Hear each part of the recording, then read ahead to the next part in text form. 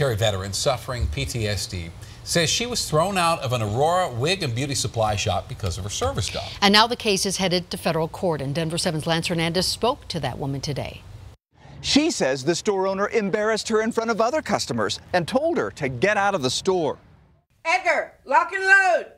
Michelle McHenry Edringer says Edgar, a black lab husky mix, was with her on March 3rd when she was shopping at Gigi's Wig and Beauty Supply in Aurora.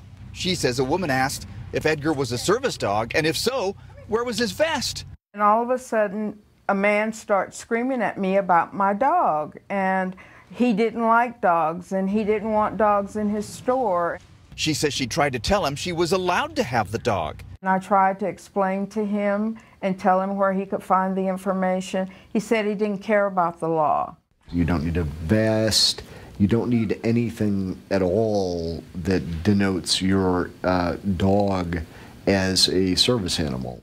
Kevin Williams, the legal program director at the Colorado Cross Disabilities Coalition, says the Americans with Disabilities Act and Colorado Anti-Discrimination Act both require stores like Gigi's to allow service dogs, unless the dog is bothering other customers. Well, if that's happening, the owner has an absolute right to ask the individual with the disability who has the service dog to remove the service dog from the premises. Where are we going? Where are we going? Store owner Tyke Yee says he was concerned that customers might have reason to fear the dog. He said he wasn't aware that it didn't need a vest. He declined further comment on the advice of his attorney. Lance Hernandez, Denver 7.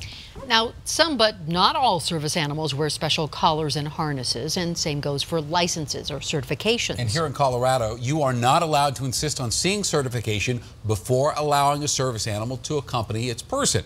And if you refuse to admit service animal onto your premises, you're in violation of the ADA. You are also not allowed to charge people with service animals for maintenance or cleaning fees.